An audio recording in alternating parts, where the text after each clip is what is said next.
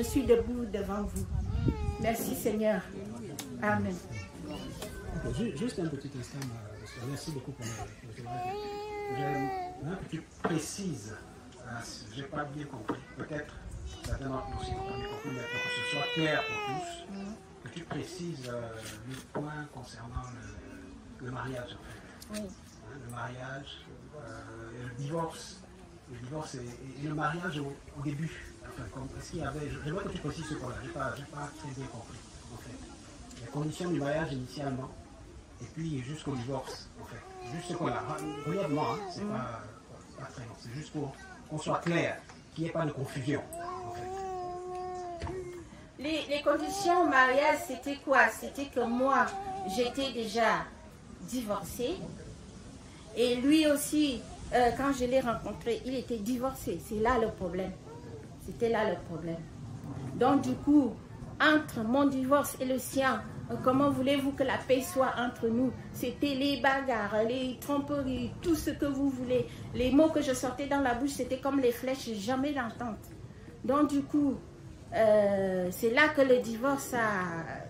Je me suis dit plus, je suivais Georges. Tous les dimanches, j'entends la même chose. J'étais mal à l'aise. Je me suis dit non, je ne peux pas continuer à vivre dans cette vie. Malgré que j'ai tout perdu, j'ai tout laissé je lui ai laissé dans la maison et tout ce qui s'y trouvait. J'ai commencé la petite vie ailleurs avec ce que je pouvais faire jusqu'aujourd'hui.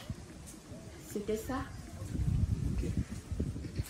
Merci beaucoup pour la précision, sœur. Et ceux qui veulent vivre pieusement seront persécutés. Continue la marche vers le Seigneur. Georges a un point par rapport à ce témoignage. J'ai dit quelque chose.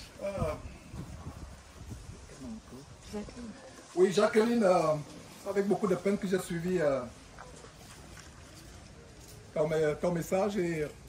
C'est la première fois que je vois une sœur en Christ. C'est la première fois que je vois une sœur en Christ publiquement faire un vœu de chasteté. Elle est encore très jeune, elle n'a que 59 ans. Elle pourra peut-être, si le Seigneur Jésus ne vient pas entre temps, elle peut vivre encore même, pourquoi pas 35 ans, même 40 ans, elle peut encore vivre longtemps, mais elle a décidé de faire un jeu de chasteté. Un vœu de, pardon, excusez-moi, c'est la plus de temps pour moi, un vœu de chasteté. Et sois fortifiée, ma soeur, tu as fait la bonne chose, et si j'ai compris, cet homme sortait avec la voisine ou le voisin. Le voisin. Le voisin. Dieu t'a sorti d'une terrible abomination. D'une terrible abomination. Je ne sais pas si vous pouvez vous représenter ce que ça représente sur le plan spirituel pour une femme qui va avec un homme qui va avec un homme. C'est quelque chose de... C'est horrible sur le plan spirituel. Mais la consolation que j'ai pour toi, c'est que Dieu t'a affranchi. Dieu t'a affranchi. Que la paix de Dieu soit avec toi. Et sois vraiment persévère dans cette parole. Nous rendons grâce à Dieu. Et ce n'est pas mes enseignements, c'est les enseignements de la parole de Dieu. Je ne suis qu'un instrument. Et continue à persévérer dans cette parole de Dieu, Jacqueline. Et beaucoup de courage. J'aimerais dire quelque chose par rapport au mariage et au remariage. Surtout vous les jeunes gens, je vous en supplie, rendez-vous service. Quand vous pensez que vous voulez vous marier, ne vous mariez pas avec quelqu'un qui est déjà divorcé. Faites des recherches. Engagez même un détective. Parce qu'il y a des bandits là dehors. Moi, j'étais un bandit en chef bandit. Je sais comment l'homme avec la langue mielleuse sait embobiner une femme. Je faisais partie. J'avais une langue exercée pour séduire. Et j'ai entraîné beaucoup de femmes en enfer. Et je le dis aujourd'hui avec larmes. Mais, jeunes gens, jeunes filles, le témoin de la sœur fait mal. La Bible dit, tel autre péché hors du corps, mais celui qui commet l'impudicité pêche contre son propre corps. Il y a des erreurs que j'ai commises, que certains parmi nous ont commises, qui nous poursuivront jusqu'à la fin des jours. Est-ce que vous comprenez ce qu'elle dit? Par exemple, un enfant qui s'est entêté, on donne des conseils, elle va attraper une grossesse, on ne sait pas qui est le père, elle devient chrétienne. Est-ce que Dieu lui a pardonné? Je ne sais pas si on dit lui a pardonné, je pense qu'on pardonne à quelqu'un, c'est ça. Voilà. Dieu lui a pardonné. Est-ce que Dieu lui a pardonné? Oui, Dieu lui a pardonné. Mais elle portera les conséquences du fait qu'il y a cet enfant elle a perdu sa virginité. Jeunes gens, vous qui n'êtes pas encore mariés, je vous en supplie, n'oubliez pas ces paroles, ne vous mariez pas par précipitation.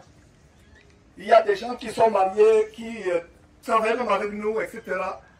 Aujourd'hui, certains sont presque au divorce.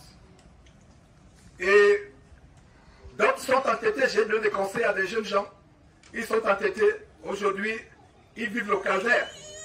Et surtout, avant de se marier, je vous assure, priez Dieu. Quand je dis prenez un détective, je ne conseille même pas un détective. Dieu nous révèle les choses. Priez. Mais si vous n'avez pas la foi pour prier, prenez un détective. Vraiment, cherchez, parce qu'un homme va vous dire qu'il n'a jamais été marié. Parce que quand vous mariez, c'est fini.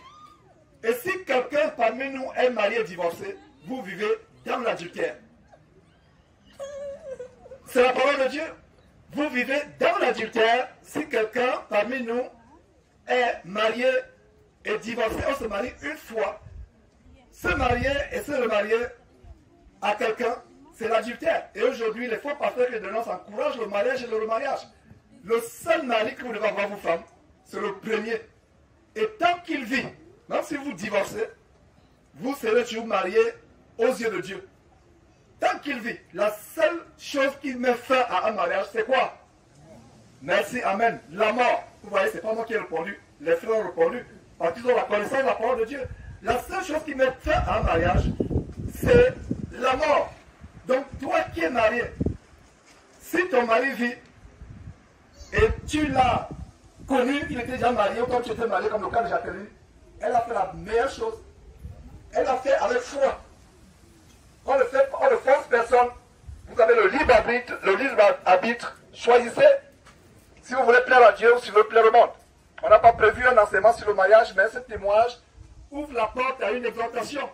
Dieu voulait que nous soyons purs. Je disais à la sœur Maxime, il s'est parlé quelque part.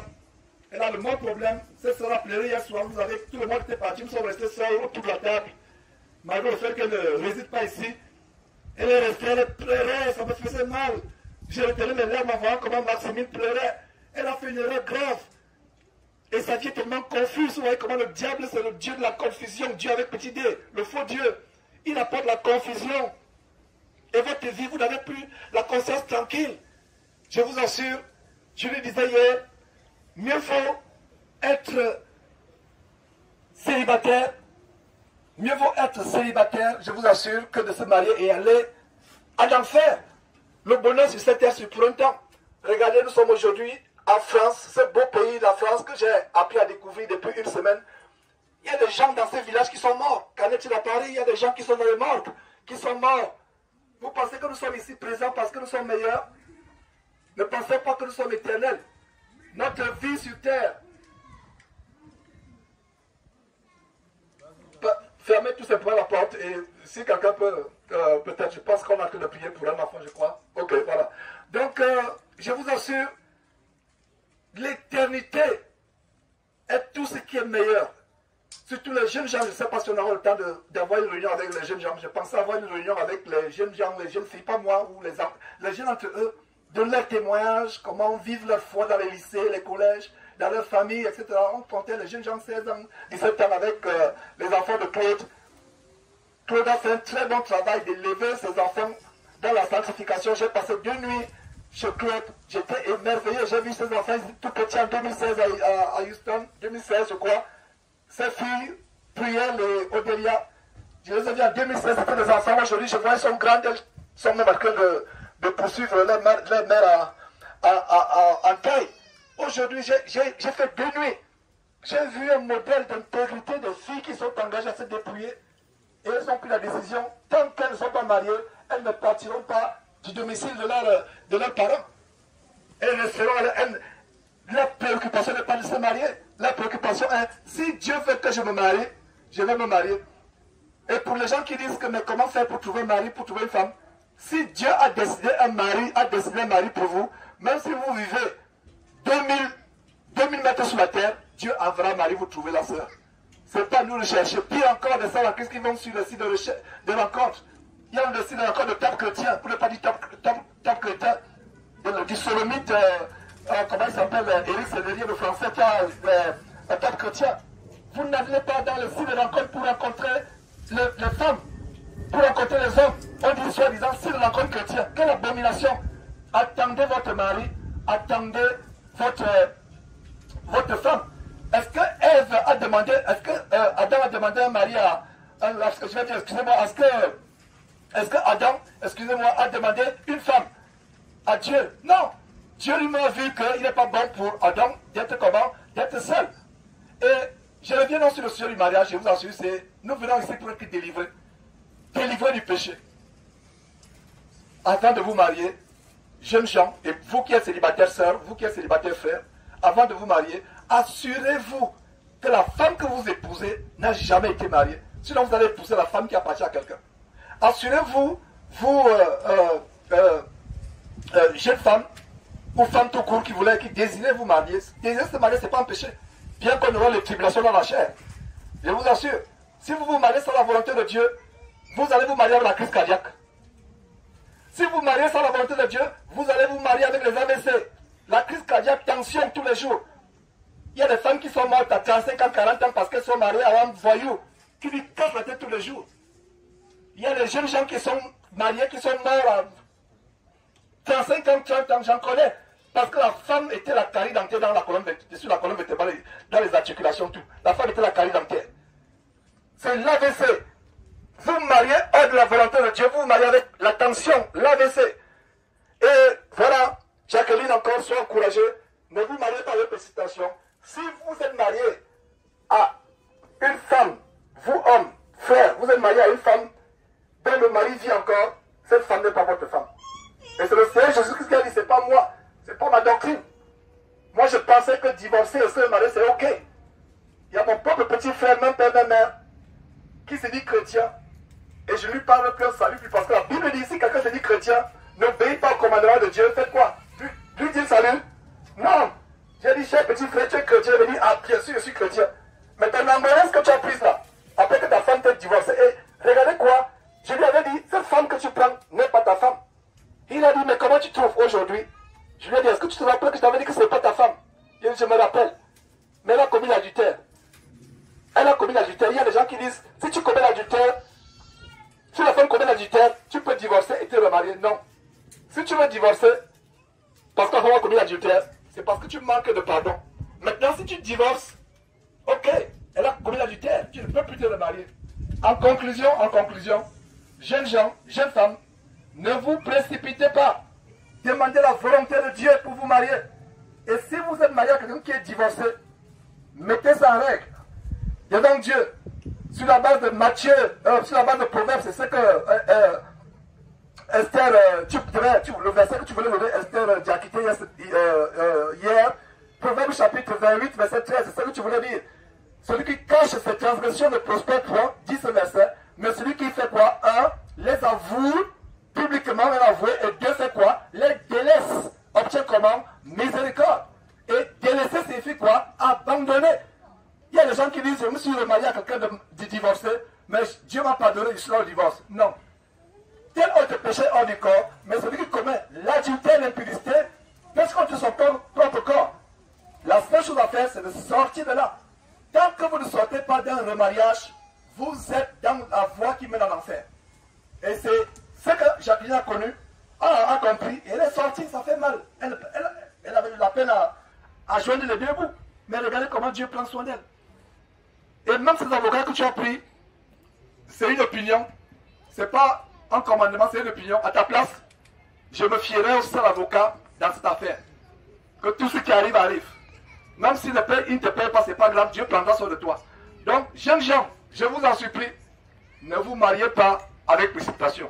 Si vous vous mariez avec précipitation, vous allez épouser la crise cardiaque, vous allez épouser les AVC, vous allez épouser les anorexies, vous allez épouser les insomnies, vous allez épouser la mort. J'allais terminer, que Dieu nous bénisse.